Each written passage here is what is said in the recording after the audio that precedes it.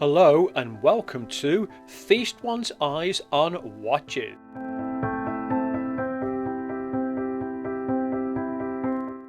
This is the box my George Etherington bridge watch has arrived in. And I'll just remove this part because inside here is another box. And got a little sleeve down on the bottom down here. I'll just slide this out. Move that out of the way. And inside here is the watch itself. I'll just pick the box up so you can have a look. Quite a smart box. Leatherette feel to the outside on it. Nicely cushioned inside. Watch has come on a nice cushion as well. So I'll take it off the cushion and you can have a look at the watch. Now that I've got the watch out of the box, I want to talk a little about the history of George Etherington. Now George Etherington was a clockmaker in London in the last quarter of the 17th century, and he actually joined the Clockmakers Company on the 1st of December 1684. The company that makes these now, they started manufacturing these watches in 2018, and the George Etherington Company today is a micro company. Now this particular watch is a bridge watch, and the bridge refers to this structure across here, and what I'll do is I'll put a screenshot up just showing the mechanics of a bridge watch. You can also see that you can see straight through the glass to the back as well, and I'll explain all the other things that go with this watch as we go along.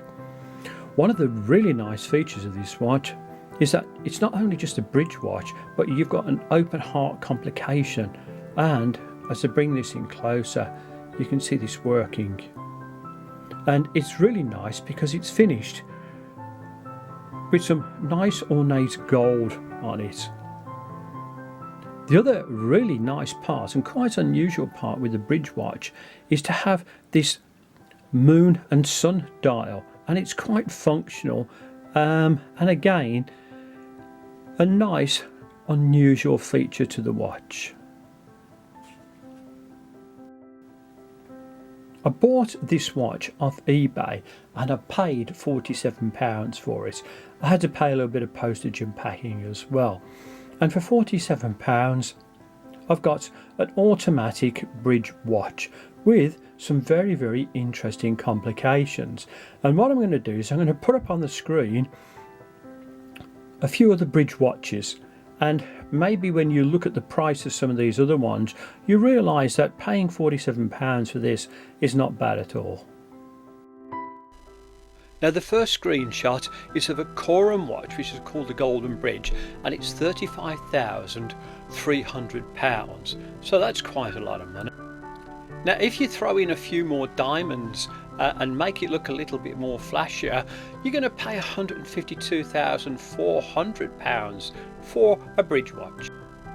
So the George Etherington, with a few more complications for the price I've mentioned, doesn't seem to be a bad buy.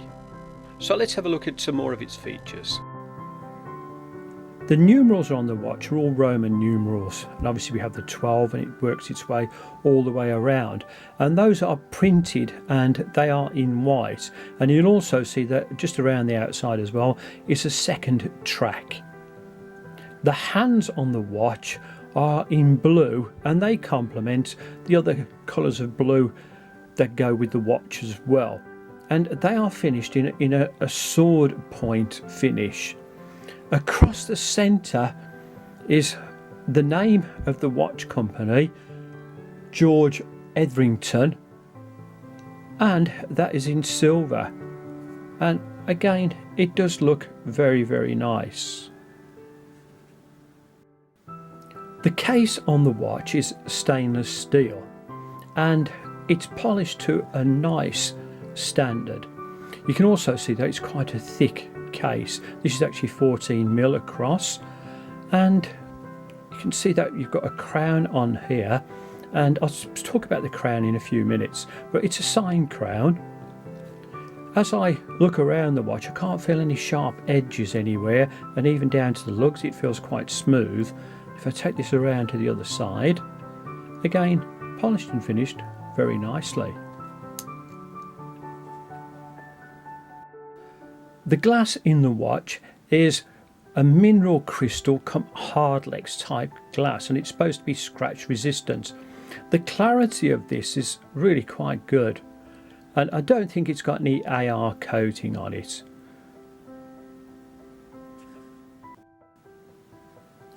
Now, the crown on the watch is quite unusual because with this you turn this anti-clockwise, and as you're turning it anti-clockwise you can set the time, and you can also see while I'm doing this, if you have a look over here, that the sun and moon dial move as you're moving the hands around. Now this crown can be a little bit finicky, and to close this off you have to push it back in and it screws back into place. To wind the watch up, you move it from side to side, and there is no wind function on this watch other than the movement that you make with your own wrist. So again, unusual. The water resistance of this watch is just 3 ATM, so you can just hand wash with this. Don't do anything else with it though.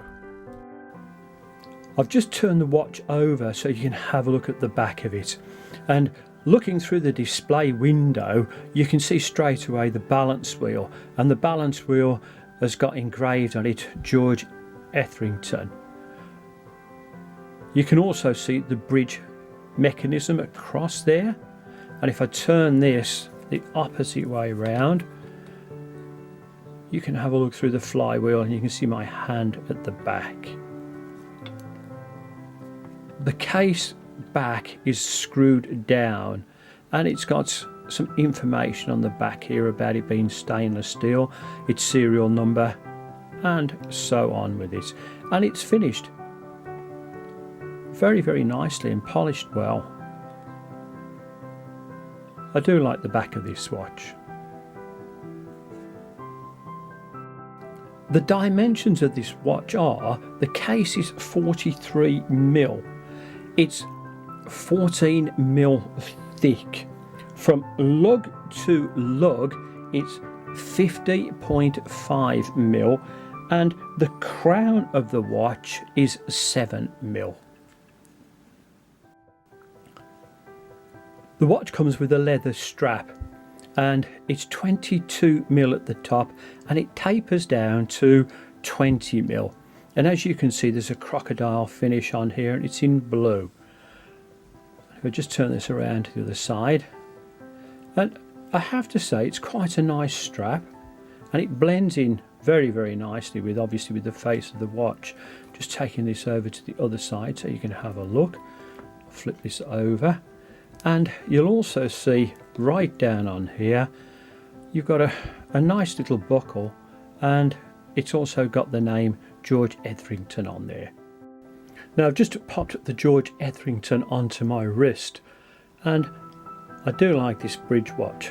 It looks very attractive. It's got some quite unusual features, and I do like the blue face with the blue strap.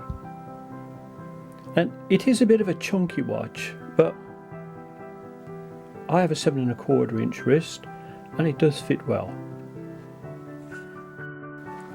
Will the George Etherington bridge watch fit under the cuff? Well, it does, and it is a bulky watch, as I've mentioned. You know, it's 14mm, but the saving grace on this is that the buckle on here is quite slim, so it fits under the cuff well, so I'll give that a pass. Will the George Etherington bridge watch fit under the cuff with cufflinks? Well, I've chosen this time some blue cufflinks to go with the blue face of the watch. and I have to say it does look very, very nice, and it does fit without snagging. It is a little bit more bulky, but it's more than acceptable, so I'm going to give that a pass. On your screen now are some suggestions of clothing that I think would look good with the George Etherington watch. Now you have to remember that the face on this is blue, and so is the strap. So my first choice is a blue herringbone jacket with a cream coloured jumper. I think that looks rather good. The next suggestion is blue jacket, white shirt and grey trousers. I think that would look rather good as well. And finally, if you want to go for something a little bit more casual, a short sleeved blue shirt would look rather nice.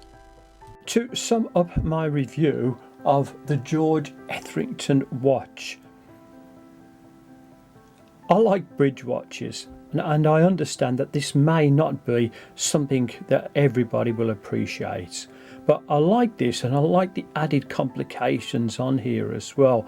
The sun and moon dial really does make it look quite good, and the way the open heart part down here has been dressed looks very, very good. Stainless steel case is good on it, and I like the strap as well. So can I recommend this? Well, if you like bridge watches like I do, then I think that this is quite good value for the money. Thank you so much for looking at this review. Please remember that I'll be doing lots of other reviews on other interesting watches in the near future. It would also help this channel immensely if you liked and subscribed. Thank you and goodbye. Thank you for watching this review. Please like and subscribe.